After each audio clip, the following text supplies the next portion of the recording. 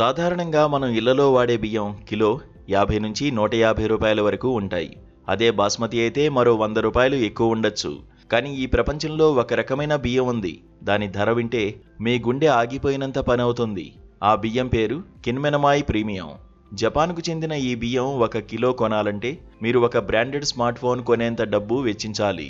Guinness world రికార్డ్స్లో ఎక్కిన ఈ బియ్యం విశేషాలు చూస్తే పిచ్చెక్కిపోతుంది. జపాన్లోని తోయో రైస్ కార్పొరేషన్ ఈ ఖరీదైన బియ్యాన్ని ఉత్పత్తి చేస్తోంది. 2016లోనే ఇది ప్రపంచంలోనే అత్యంత ఖరీదైన బియ్యంగా గుర్తింపు పొందింది. కిలో బియ్యం ధర మార్కెట్ను బట్టి 12,500 నుండి 15,000 రూపాయల వరకు పలుకుతోంది. కేవలం ధర మాత్రమే కాదు, దీన్ని పండించే విధానం, ప్రాసెసింగ్ చేసే పద్ధతి కూడా ఎంతో విలక్షణంగా ఉంటుంది.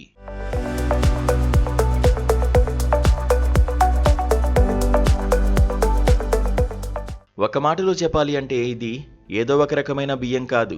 జపాన్లోని గున్మా, నాగనో, నేగాటా వంటి ప్రాంతాల్లో పండే కోషిహికారి, పికామారు వంటి 5 రకాల మేలైన బియ్యం రకాలను కలిపి దీన్ని తయారు చేస్తారు.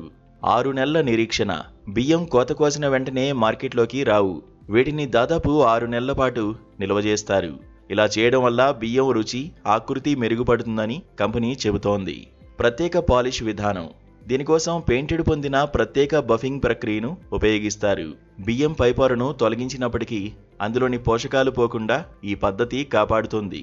అద్భుతమైన రుచితో అలరారే ఈ బియ్యంతో అన్నం వండితే అది స్ఫటికాల్లా మెరుస్తుంది.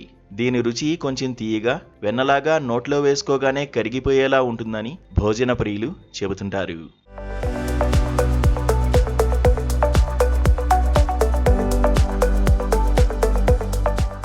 లగ్జరీ గిఫ్ట్గా ప్రాచుర్యం.